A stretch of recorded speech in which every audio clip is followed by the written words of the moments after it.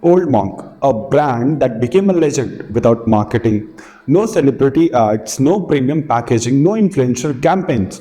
And yet, Old Monk became a part of every college, every hostel, and almost all old school gathering in India. At its peak, Old Monk wasn't just popular, it was dominant. It was selling over 80 lakhs cases every year. That's nearly 7.2 crores liter of rum annually, enough to fill around 30 Olympic-sized pools. That's the kind of scale Old Monk was operating at. But today, the same Old Monk is no longer a market leader. Around 2013 and 14, its sales dropped to nearly 20 lakhs cases, from filling 30 Olympic-sized pools to barely 7 pools worth of demand. What exactly went wrong? Before we move ahead, just a quick note. This video is purely for understanding the business journey of Old Monk. It is not meant to promote alcohol in any way. Alcohol is injurious to health. To understand Old Monk, we need to go back to post-independence India. In the 1950s and 1960s, India has extremely high import duty on foreign liquor, often crossing 100%.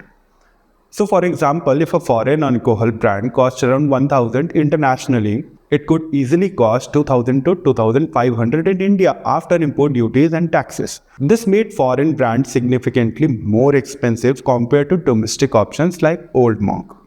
At the same time, India had a surplus of sugarcane, which made molasses, the base for rum, easily available and very cheap. So while whiskey and wine require grain and grapes, rum had a big natural advantage in India.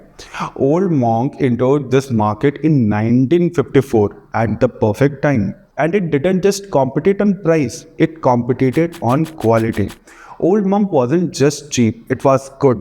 It was aged for 7 years in old barrels, which added flavors like vanilla, caramel, and spice. The wood allowed oxygen to interact with the liquid, smoothing the taste and adding depth. So while many alternative tasted synthetic, Old Monk felt rich and consistent.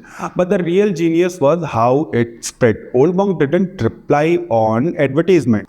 Instead, it focused on being available everywhere, priced within reach, and consistent in experience.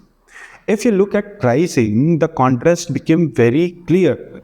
Old Monk was typically available in 500 to 900 rupees range for a 750 ml bottle, depending on state taxes. Even in higher state taxes, it rarely crossed 1000, making it one of the most affordable yet consistent options in the market.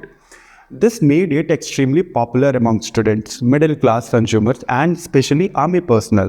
In fact, one of Old Monk's biggest growth drivers was its presence in army canteens. This gave it both scale and identity.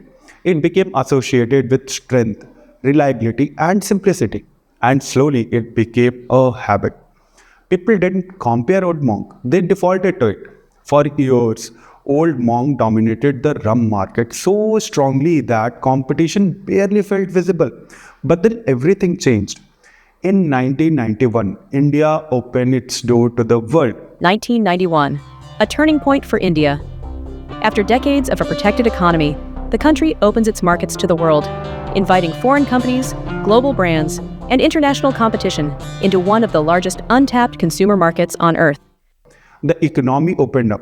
Foreign brand entered the Indian market and competition increased overnight. And this wasn't a small change. It completely changed how the market worked.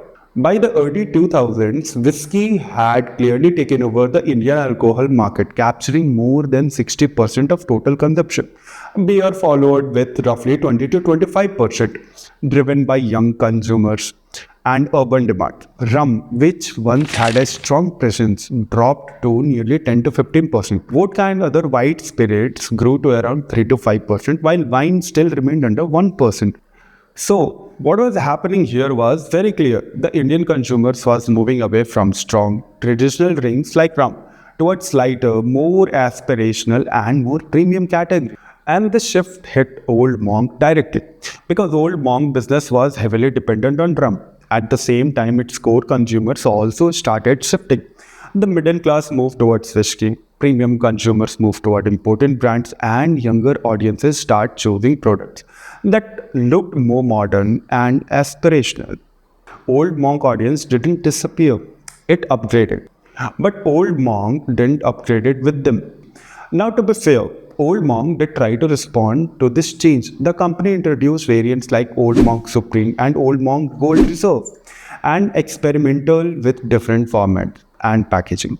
There were also efforts to improve distribution and re-enter key markets.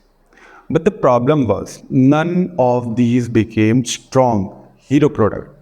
These were small changes in a market that needed big movement, while competitors were aggressively building premium brands and reshaping consumer perception. Old Monk response was slow and limited. And in a fast changing market, slow adaptation is almost the same as no adaptation. At the same time, Old Monk remained heavily dependent on a single product. While competitors diversified into whiskey, vodka, and other categories, Old Monk did not build a strong second engine. And then comes the biggest hidden blow, that is distribution. In India, alcohol is controlled by state government. In Tamil Nadu, which contributed nearly 20% of Old Monk sales, the government took over liquor distribution. This reduced the presence of many private brands, including Old Monks. In Uttar Pradesh, distribution power shifted to specific players. As a result, Old Monk, which was once available everywhere, started disappearing from shelves in key markets. And when availability drops, habit breaks. At this point, Old Monk made another strategic mistake. Instead of repositioning itself as a premium legacy brand, it tried to compete on price. But the market already moved beyond price. Consumers were now choosing brands based on identity, lifestyle, and perception. And this mismatch kept growing. The result was clear. Sales dropped from over 80 lakhs cases nearly to 20 lakhs cases around 2013 to 14. The company faced financial pressure with losses reported in multiple crores.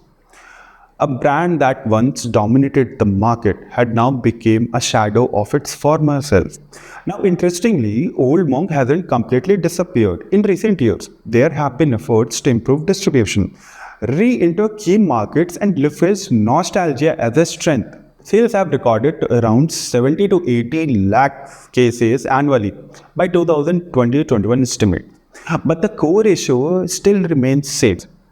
Old Monk is strong in memory, but not equally strong in modern relevance. And that brings us to biggest lesson. Old Monk didn't decline because it was bad product. It declined because it stopped evolving. In business, building a great product can take you very far. Old Monk proved that you don't even need heavy marketing to build a cult brand. But that advantage is temporary. Market evolves, consumer changes, and if a brand does not evolve with them, even the strongest legacy brand can fade. If you don't evolve with time, the market will move without you. That's all for this case study. If you found this useful, make sure to like and subscribe. I'll see you in the next video.